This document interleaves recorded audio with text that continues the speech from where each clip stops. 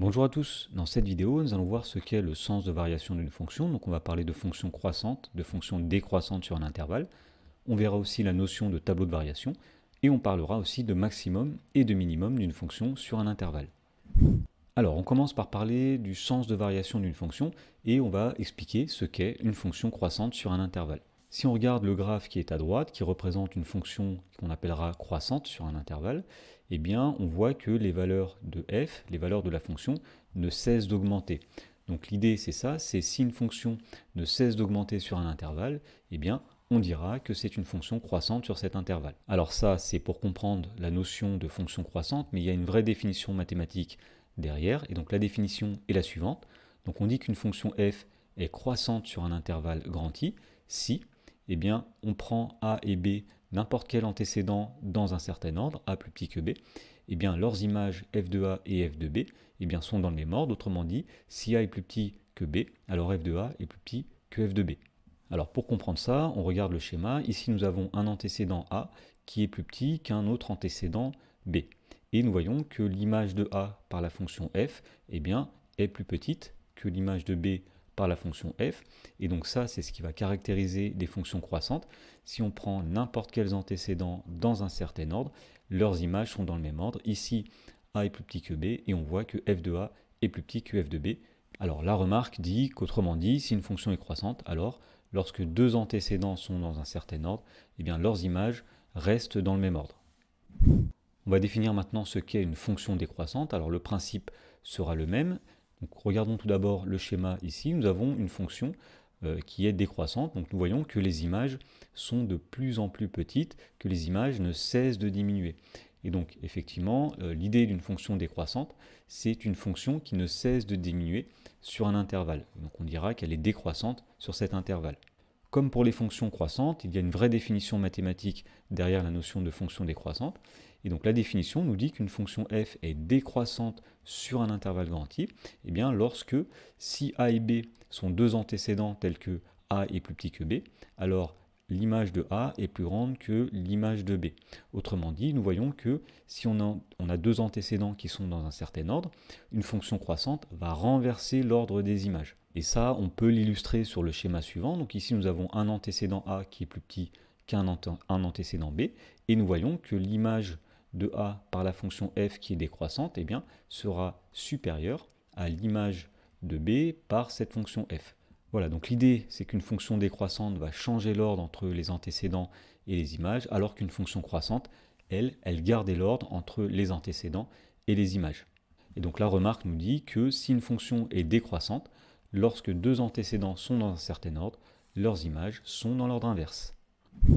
Alors, lorsqu'on parle du sens de variation d'une fonction, eh bien, il y a une autre notion à connaître qu'on appelle la notion de tableau de variation. Donc, en général, lorsqu'on étudie une fonction, elle n'est pas toujours que croissante sur un intervalle ou que décroissante sur un intervalle. Elle peut changer de variation au fur et à mesure que x augmente. Eh bien, pour résumer les variations d'une fonction, on va les représenter à l'aide de ce qu'on appelle un tableau de variation. Alors, pour comprendre ce que c'est qu'un tableau de variation, nous allons regarder l'exemple ci-dessous. Nous avons une fonction f qui est définie sur l'intervalle -5, 3 par son graphe. Alors, au départ, nous voyons que les images ne cessent de diminuer. Donc, nous dirons qu'au départ, la fonction est décroissante. Alors, il faut toujours préciser sur quel intervalle. Elle est décroissante sur l'intervalle -5, -4. Ensuite, à partir de x égale -4, nous voyons que les images ne cessent d'augmenter. Donc, la fonction devient croissante. Et donc, nous dirons ici que f est croissante sur l'intervalle -4 jusque -1. Et pour finir, les images deviennent à nouveau de plus en plus petites, donc la fonction ne cesse de diminuer. Donc on dira que la fonction est décroissante sur l'intervalle -1, 3. Donc si on doit donner le sens de variation de la fonction par des phrases, nous dirons que la fonction f, comme on l'a dit, est décroissante sur l'intervalle -5, -4, c'était la première portion en jaune. Ensuite, elle est croissante sur l'intervalle -4, -1, c'était la deuxième portion en bleu. Puis elle est de nouveau décroissante sur l'intervalle -1, -3. Voilà, donc ça c'est une première façon de décrire le sens de variation d'une fonction f, mais on peut décrire ces variations de manière plus synthétique à l'aide de ce qu'on appelle donc un tableau de variation de la fonction f.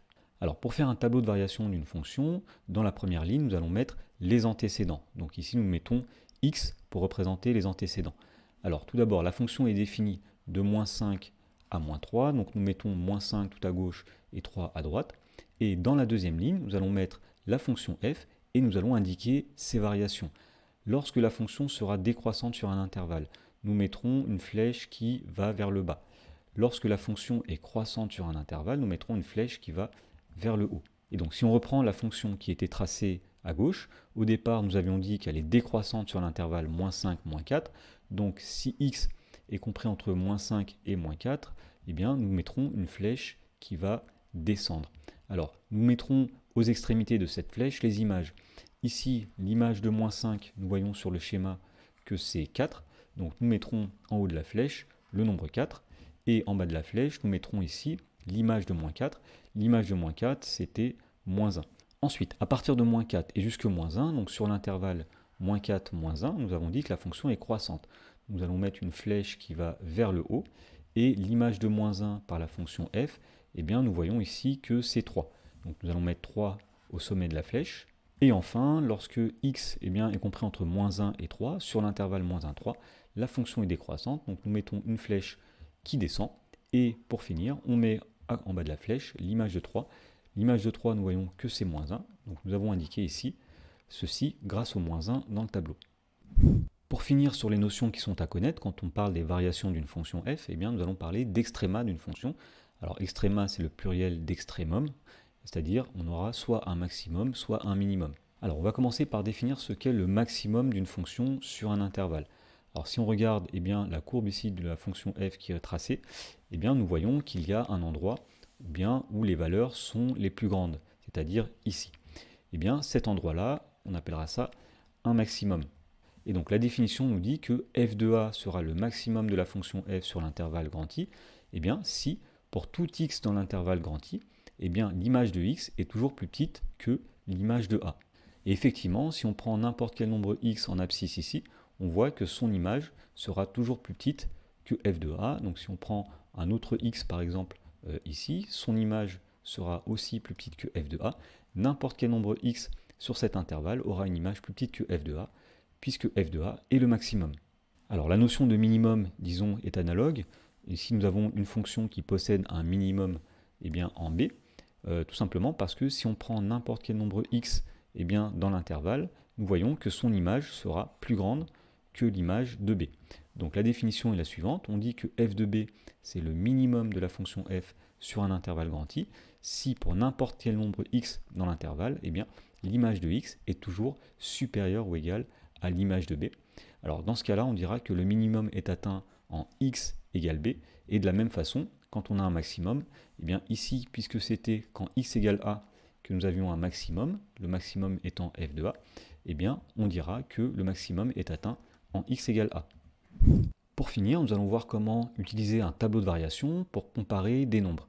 Alors dans l'exemple, on nous donne le tableau de variation d'une fonction f qui est définie sur l'intervalle moins 5, 7. Alors on voit ceci au fait que la première valeur dans la ligne x est moins 5 et la dernière valeur est 7. Et puis dans la deuxième ligne, nous voyons que la fonction f au départ est décroissante sur l'intervalle moins 5, moins 4, puis croissante sur l'intervalle moins 4, 0, puis de nouveau décroissante sur l'intervalle 0, 5, et enfin croissante sur l'intervalle 5, 7. Dans la première question, on nous demande de comparer les nombres f de 1 et f de 2 en justifiant. Alors pour comprendre ce qui se passe, nous allons placer 1 et 2, les antécédents, dans la ligne x. Alors 1 et 2 se situent entre 0 et 5, donc par exemple nous allons mettre 1 ici et 2 ici. Alors f de 1 sera représenté à peu près ici, et f de 2 sera représenté ici. Donc on voit que f de 1 sera plus grand que f de 2. Et pour le justifier proprement, on va revenir à la définition d'une fonction croissante, ou décroissante plutôt, puisque sur l'intervalle 0,5 la fonction est décroissante. On avait dit qu'une fonction est décroissante si lorsqu'on prend deux antécédents dans un certain ordre, par exemple ici 1 et 2, 1 étant plus petit que 2, leurs images seront dans l'ordre inverse quand une fonction est décroissante. Donc f de 1 sera plus grand que f de 2. Et donc pour rédiger proprement la réponse à cette question, nous dirons que comme 1 est plus petit que 2, et que la fonction f est décroissante, alors elle n'est pas décroissante partout, il faut préciser, elle est décroissante sur l'intervalle 0,5, ça veut dire que les images vont être renversées par rapport aux antécédents. c'est-à-dire que f de 1 est plus grand que f de 2. Dans la question numéro 2, cette fois-ci, on nous demande de comparer f de moins 3 et f de moins 2. Alors dans ce cas-là, on va faire le même raisonnement. Nous allons placer tout d'abord moins 3 dans la ligne des x, moins 2 qui est plus grand à sa droite, et nous voyons ici que f de moins 3 sera plus petit que f de moins 2. Et ça, c'est lié au fait que la fonction f, tout simplement, est décroissante, ou plutôt croissante, sur l'intervalle qui va de moins 4 jusque 0. Donc pour justifier proprement que f de moins 3 est plus petit que f de moins 2, on va revenir à la définition d'une fonction croissante. Alors nous savons que l'antécédent moins 3 est plus petit que l'antécédent moins 2, et on sait qu'une fonction croissante va conserver l'ordre entre les images et les antécédents. Autrement dit, f de moins 3 sera plus petit que f de moins 2, on n'a pas changé le sens de l'inégalité. Et donc on peut donner la phrase complète de justification. Comme moins 3 est plus petit que moins 2, et que la fonction f est croissante sur l'intervalle moins 4, 0, elle n'est pas croissante partout, mais au moins sur l'intervalle moins 4, 0 qui contient les nombres moins 3 et moins 2, on peut en déduire que l'image de moins 3 est elle-même plus petite que l'image de moins 2. Dans la question numéro 3, on nous demande que peut-on dire des nombres f de moins 1 et f de 6. Alors, moins 1 va se situer quelque part par ici, donc f de moins 1 quelque part ici. 6, on va le mettre ici, f de 6 sera ici. Alors le problème ici, c'est que la fonction n'a pas la même variation, ou en tout cas change de variation entre moins 1 et 6. Donc finalement, on ne va rien pouvoir dire sur les nombres f de moins 1 et f de 6. Et en fait, tout serait possible. Il se pourrait qu'on ait une fonction pour laquelle f de moins 1 est plus grand que f de 6. Il se pourrait qu'on ait une fonction pour laquelle f de moins 1 est plus petit que f de 6. Alors là, ça met en lumière le fait qu'un tableau de variation, c'est un résumé d'une fonction, mais il manque des informations. Dans la question numéro 4, on nous demande quel est le maximum de f sur l'intervalle grand I et en quel point il est atteint. Donc tout simplement, en regardant le tableau de variation, on voit tout de suite que la valeur maximale est 4,5 et qu'elle est atteinte en x égale 0. Et dans la question 5, on nous demande quel est le minimum de la fonction f sur l'intervalle I et en quel point il est atteint.